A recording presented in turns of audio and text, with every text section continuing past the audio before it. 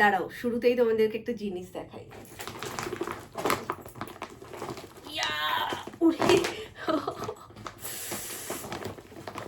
সর্বনাশ!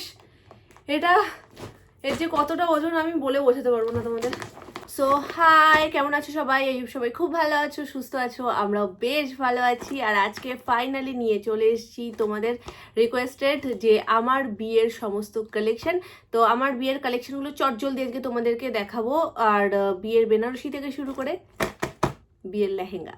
তো চলো, আর মাঝখানে আমার লজ্জা বস্ত্র আর টুকিটাকি জিনিসপত্র রয়েছে। তো সবকটা জিনিসই তোমাদের সাথে শেয়ার করবো। তো চলো, আর দেরি কিসে, চটপট করে শুরু করা যাক। লেহেঙ্গাটা পরে দেখাচ্ছি, কারণ বিয়ের শুরুটা হয় বিয়ের বেনারসি দিয়ে। তো এই হচ্ছে গিয়ে আমার বিয়ের বেনারসি।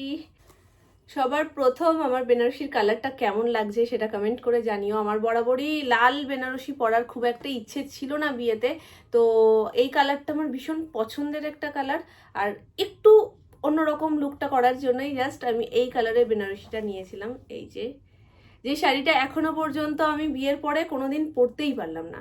মানে আমি যখনই ভাবি যে আমি পরবো, এতদিন তো আমি এটাই ভাবতাম যে না বাবা, বেনারসি পরবো না, প্রচণ্ড ভারী, কোথাও গেলে ক্যারি করতে অসুবিধা হবে, তো এইসব ভেবে চিন্তে পড়তাম না। এখন যখন আবার সেটা মাথার মধ্যে ঘুরে ঘুরে এসছে যে না, একটা কোনো অনুষ্ঠানে তো আমি বিয়ের বেনারসিটা পরে যাবই, তো সেই সময় পরতে গিয়ে দেখছি ব্লাউজটা এতটা ঢিলা। মানে আমার বিয়ের সময়ও আমার চেহারা ভালো ছিল, এখন যতটা ধসে গেছি, তো এখন যদি আমি ব্লাউজটাকে ঠিকঠাক না করাই তাহলে আমি পরতে পারবো না। এবার ওই আলসেমিতে আমার বেনারসিটা আর পরা হচ্ছে না। একদিন বাদে বেনারসিটা গায়ে ধরে দেখলাম, তো ভালো লাগছে বেশ আমার নিজেরও। আর এবার আমি এই আলসেমি ল্যাদটা কাটিয়ে যে না, ব্লাউজটাকে তাড়াতাড়ি করে ঠিকঠাক করি, আমি শাড়িটা কোনো না কোনো একটা বিয়ে বাড়িতে তো পরবই। তো এই দেখো, এই যাচ্ছে পাড়টা এতটা চওড়া। আমার বিয়ের দিনকে শাড়িটা এত সুন্দরভাবে পরিয়েছিল, তোমাদেরকে কি বলবো, ম্যানেজ করতে খুব একটা প্রবলেম হয়নি। আর প্রত্যেকে আমার শাড়ি পরানোটার প্রশংসা করেছে।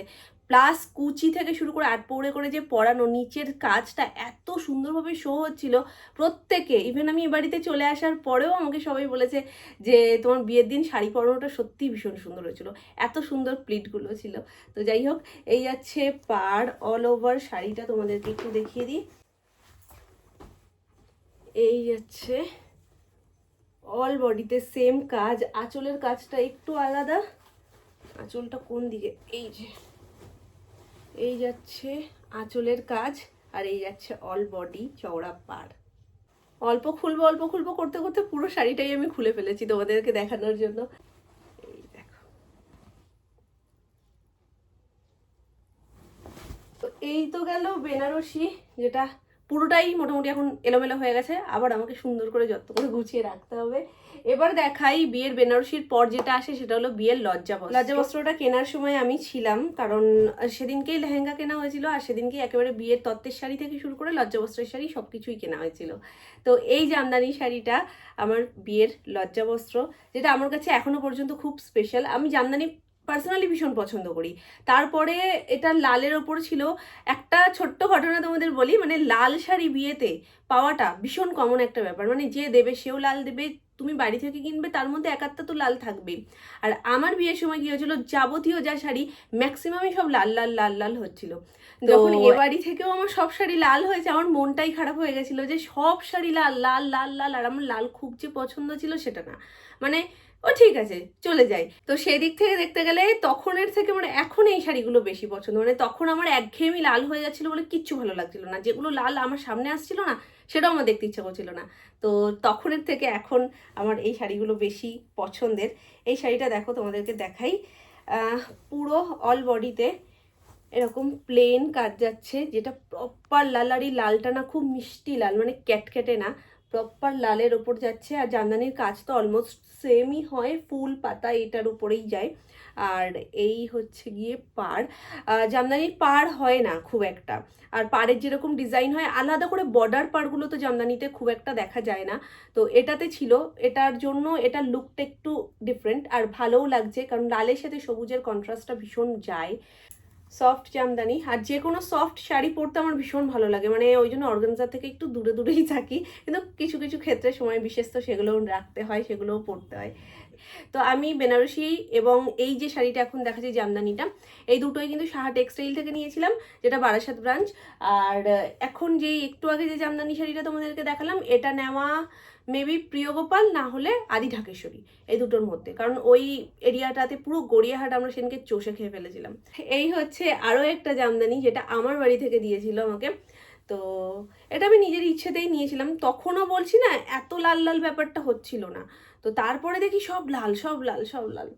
অল ওভার শাড়িটার মধ্যে কিন্তু এই সেম ভাবে গোল্ডেনের কাজটা যাচ্ছে, আর আঁচলটাতে রয়েছে গোল্ডেন, গ্রিন আর রেডের কম্বিনেশনে। তো এই দেখো, এই যে একদম নতুন বউয়ের ছোঁয়া না? আমার এই টাইপের জিনিসগুলো বেশ ভালো লাগে। আর বিয়ের সময় আমাদের বাড়ির নিয়ম, একদম এখানে টিপ পরে এখান থেকে সিঁদুর টানা। অনেকের তো দেখি মানে নাক থেকেও সিঁদুর পরিয়ে দেয়, তবে ওই সমস্ত ছিল না। আমাদের এখান থেকে সিঁদুর পরানোর নিয়ম, এবং 8 দিন এই টিপ পরে এখান থেকে টানা সিঁদুর পরতে হয়। কার কার নিয়ম আছে অবশ্যই কমেন্ট করে জানিও। আর সেই 8 দিনের মধ্যেই আমরা এক জায়গায় বেরিয়েও ছিলাম। মনে হচ্ছে যতদূর সম্ভব আমাদের দোকানে গেছি, ওখান থেকে আমরা মেলায় গেছিলাম। তখন তো নতুন বউ শাড়ি পরবো, তো এই শাড়িটা আমি পরেছিলাম আর ওরকম টানা সিঁদুর। তখন মোটামুটি সবাই ছিল, রিয়া ছিল, পাশের বাড়ির ননদ থেকে শুরু করে সবাই, অনেকে, মাম্পু ছিল, তারপর মামুনি ছিল, সোনামা ছিল, সোনু ছিল। তো সবাই মিলে একসাথে গেছিলাম মেলাতে। তো আমার এখনো দিনটা মনে আছে। এটা যাচ্ছে পুরো আঁচলের কাজ, আর এইটা যাচ্ছে অল বডি। তাঁত, সুতি এগুলো তো ভীষণ কমন, এগুলো আর তোমাদের দেখাচ্ছি না, কারণ ও বাড়ি থেকে প্রায় অনেকগুলো 7-8টা মতন তাঁতের শাড়ি, সুতির শাড়ি সমস্ত কিছু দিয়ে দিয়েছিল। কারণ নতুন বউ প্রত্যেক দিনই শাড়ি পরবে, তখন 8টা দিন তো অন্তত। শ্বশুরবাড়িতে 10 দিনের একটা রিচুয়ালস আছে, যেটা 8 দিনে আমরা আমাদের বাপের বাড়িতে দেখেছি অষ্টমঙ্গলা, তো সেটা দশভার জন্য কি একটা বেশ বলে, আমি হয়তো ভুলভাল বলছি, যাই হোক, আবার ঠিকও হতে পারি। ওই 10 দিনে একটা অনুষ্ঠান হয়, তো সেই অবধি আমি পরপর শাড়িই পরেছিলাম। তো ওইগুলোই সব ঘুরিয়ে ফিরিয়ে পরেছি। তো ওইগুলো আর দেখালাম না তোমাদের সাথে। আর যেটা তখন খুব চলছিল সেটা হলো পাখি শাড়ি, মানে ওই যে গামছা প্রিন্টের হয় না, মানে ফাঁকা খোপ। তো ওই পাখি শাড়ি একটা পিঙ্ক কালার নিয়েছিলাম। সেগুলোও সব মানে সুতি শাড়ি থেকে শুরু করে পাখি শাড়ি, সেই সমস্ত কিছুই সাহা টেক্সটাইল থেকে নেওয়া আমার। আর বাকি এবার তোমাদেরকে দেখাবো এই বিয়ের লেহেঙ্গাটা। প্রচুর ভার। যেদিনকে আমরা লেহেঙ্গা নিতেও গেছি, সেদিনকে বাপি বলছে যে প্রথম তো আমাদের পছন্দ হচ্ছিল না, তো আমার লেহেঙ্গাটা আদি ঢাকেশ্বরীর। তো ফার্স্ট তো একটা করে পরাচ্ছে, দেখাচ্ছে, খুব একটা যে পছন্দ হচ্ছে সেটা না। তো ওই ওকে। আর তখন আমি নতুন, আর নতুনের থেকে বড় কথা, আমার এটা বরাবরই, আমাকে যদি কেউ কখনো কিছু দেয়, আমাকে জিজ্ঞেস করলে আমি সব কটাতেই বলি হ্যাঁ ভালো। তো স্বাভাবিকভাবে তখন নতুন বউ, তখন তো আরোই সেই ব্যাপারটা। তো আমাকে বাপি যাই জিজ্ঞেস করছে, মামনি যাই জিজ্ঞেস করছে, আমি বলছি হ্যাঁ কাকু ঠিক আছে, মানে কাকিমা ঠিক আছে। হ্যাঁ, তো এরকম ভাবেই হচ্ছিল। কিন্তু মানে মামনি, বাপি এদের কারোরই খুব একটা পছন্দ হচ্ছিল না ওগুলো। তারপর যখন এটা পড়ায়, এটা সকলেরই একসাথে, সোনামাও বলছে না এবার এটা একটা দেখার মতন লাগছে, তো সেই হিসেবে এটা নেওয়া। আর পরিয়েছে যখন, আমি যখন নড়তে পারছি না, তখন বলছে কি ও এখনই নড়তে পারছে না, আর ওই দিন তো মালা থাকবে, আরও সাজসজ্জা থাকবে, মাথার মুকুট থাকবে, এত কিছু নিয়েও নড়বে কি করে, এমনি তো রোগা মানুষ। তো সেই দিনে দাঁড়িয়েও আমাকে রোগা বলতো, আর আজকে আর কি বলবো। তো যাই হোক, চলো এবার তোমাদেরকে দেখাই। ফার্স্ট যেটা দেখাচ্ছি সেটা হলো ব্লাউজটা। কতদিন পর খুলছি। এটা সামনে, হ্যাঁ এটা সামনে। এই দেখো, এই হচ্ছে গিয়ে ওপরের টপটা, যেটা আমি ব্লাউজের থেকে একটু লেন্থ বেশি রেখেছিলাম। হাতাটা দেখতেই পাচ্ছ এরকম। আর লেহেঙ্গার ব্লাউজ তুমি নিজের পছন্দ মতন কাটাতে পারবে না, কারণ তার অটোমেটিক আগে থেকেই সমস্ত কিছু ডেসক্রিপশন দেওয়া থাকে, কীরকম কীভাবে তুমি বানাবে, পুরো সেট করা থাকে কাজ টাজগুলো, জাস্ট তোমাকে কেটে কুটে বানাতে হবে, এই হচ্ছে ব্যাপার। আর এগুলো এতটাই এখানে স্টোনের কাজ যে মাঝখান থেকে চেন বা কিছু করাটা পসিবল ছিল না, যার কারণে সাইড থেকে চেন সিস্টেম করা হয়েছিল। আর ব্যাক সাইড, আমি এতক্ষণ ধরে কেন ভাবছি কোনটা সামনে কোনটা পেছনে, যদি আমি দড়িটাই দেখি, ভাব আমার বুদ্ধি মাঝে মাঝে ঘাস খেতে চলে যায়। তো দড়িটা তো ব্যাক সাইডেই থাকবে না, আমার মাথা থেকেই বেরিয়ে গেছে। তো দেওয়া হয়েছিল এইরকম ছোট দুটো কদম। এই লাটকানটাও যদিও আমরা তখনই একদম সেট করে, মানে কেনার পরেই সেট করে কিনে নিয়েছিলাম। নিচেরটা দেখানোর আগে আমি ওড়নাটা দেখাই। ওড়নাটা আমার ভীষণ প্রিয়। দেখো কতটা যে ভারী, আমি তোমাদেরকে বলে বোঝাতে পারবো না। একমাত্র এই যে আমি হাতে ধরে দেখাচ্ছি, সেটা দেখে যদি তোমরা বুঝতে পারো তাহলেই। পাটটা ভীষণ ভীষণ ঘন কাজ যাচ্ছে, পুরো স্টোনের কাজ, যার কারণে এর ওয়েটটা এতটা, পুরোটা স্টোনের কাজ। আর পুরো ওড়নাটাতে এরকম ছোট ছোট ছোট ছোট কাজ রয়েছে ময়ূরের পালকের মতন, এই যে। আর কর্নার টু কর্নার এইরকম হেভি ওয়ার্ক যাচ্ছে।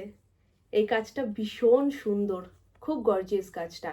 আর এই পার্টটা যেহেতু কোমরের এখানটাতে অ্যাটাচ হয় এইভাবে, তো এই কাজটা এত সুন্দর ফুটেছিল না। আর পরিয়েছিল যিনি, খুব সুন্দর করে পরিয়েছিল। আঁচলটা একটু অন্যভাবে দেওয়ার কথা বলছিল, তবে নতুন বউ তাই জন্য বাড়ি থেকেও বলেছিল এবং আমিও বলেছিলাম না, নর্মালভাবেই দাও, অন্যরকমভাবে দেওয়ার দরকার নেই।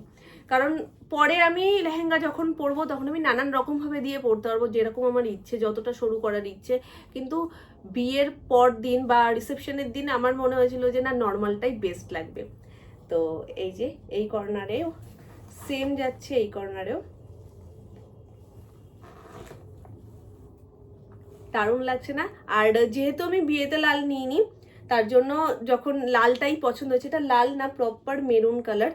তো যখন আমার রিসেপশনে লেহেঙ্গাটা সবারই মোটামুটি মেরুনটাই পছন্দ হয়েছে, আমারও খুব একটা প্রবলেম হয়নি। তবে ওই যে ব্যাপারটা দেখতেই পাচ্ছ, ম্যাক্সিমাম সব লাল লাল লাল লাল। ভাগ্যিস আমি বিয়ের লুকটাতে লাল কিছু পরিনি, তাহলে সবই লাল হয়ে যেত, ছবিগুলো অলমোস্ট লাল লাল লালেই মানে ভর্তি হয়ে থাকতো। তো এই যে, আচ্ছা এটাও দেখাবো, তবে একটু পরে লেহেঙ্গাটা কমপ্লিট করে নিই। আর এবার হচ্ছে আমি কিভাবে তুলছি দেখে তোমরা বুঝতে পারছো যে কতটা ভারী হতে পারে এটা। মানে এটা পরার পরে নড়া যাবে না, জাস্ট পাটা হালকা হালকা হালকা হালকা স্লাইড করে করে করে করে চলবা, ঠিক আছে। বাট ওই যে নিজের ইচ্ছে মতন স্বাধীনভাবে এদিক থেকে ওদিক, অসম্ভব। প্রত্যেকেরই হয়তো লেহেঙ্গা, মানে রিসেপশনের লেহেঙ্গাতে এই একটা স্টোরি সেম। তো নিচেরটা আমি নাড়াতেই পারবো না, জাস্ট ওপর থেকে হালকা হালকা করে খুলে তোমাদের দেখাচ্ছি।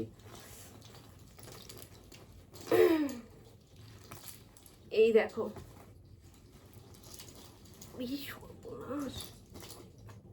তো এই হচ্ছে গিয়ে এর ফুল লুক। এই দেখো, ফুলটা আমি দেখাতে পারছি না, ওপর থেকে তোমাদেরকে দেখাই, তারপর আমি নিচটায় যাচ্ছি।